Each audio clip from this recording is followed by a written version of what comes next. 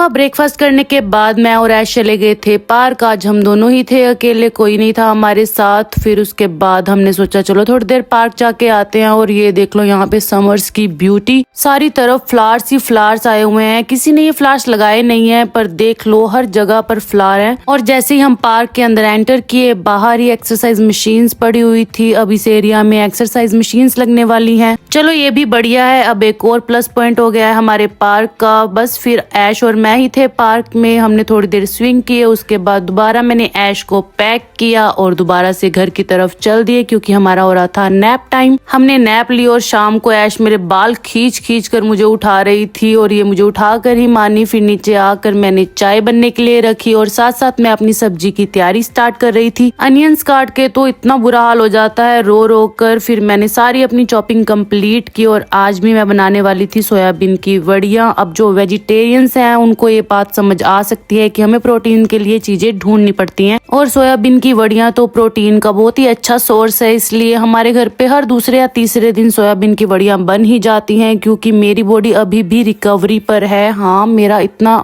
बुरा एक्सपीरियंस रहा है यहाँ पर। डिलीवरी के बाद मेरी इतनी बुरी कंडीशन थी कि अभी तक मैं रिकवरी नहीं कर पाई हूँ। इसलिए मैं ज्यादा से ज्यादा कोशिश करती हूँ कि प्रोटीन्स वाली चीजें लूँ। इसलिए आज भी हमारे घर बन रही थी सोयाबीन की वड़ियां और मैंने सारे अनियंस को बारीक बारीक काट लिया था। फिर उनको ब्राउन होने तक फ्राई कर लिया था। फिर उसके अंदर डाले थे टमाटोज और उसके साथ ही उसका फेवरेट बेस्ट फ्रेंड सॉल्ट डाल दिया था और ढककर पकने के लिए रख दिया था। जब आपके सारे टमाटो सॉफ्ट हो जाए तो उसके बाद मैंने इसके अंदर ऐड किया था थोड़ा सा पानी। उसके बाद जो भी मसाले आपको आपके घर पे सब्जियों में अच्छे लगते हैं वो सारे मसाले आप अपनी सब्जी के अंदर ऐड कर सकते हो। उसके बाद इसको ऑयल आने तक पका लो। फिर मैं यहाँ मलाई की जगह पर ऐड करती हूँ थोड़ा मिल्क। इंडिया में तो मैं ढेर सारी मलाई ऐड करती थी इस वाली सब्जी के अंदर। जब आपका मिल्क पूरी तरह से थोड़ा सा थिक हो जाए तो उसके अंदर आप ऐड कर दो अपनी सारी सोयाबीन की वड़ियां जो आपने पहले से ही भिगो कर रखी हुई। बस इसको अब थोड़ी देर के लिए पकने तो जब तक ये ऐसी ना हो जाए, मतलब कि इसका सारा दूध सूख जाए। फिर ये ऐसे ग्रेवी ग्रेवी से वाला हो जाता है।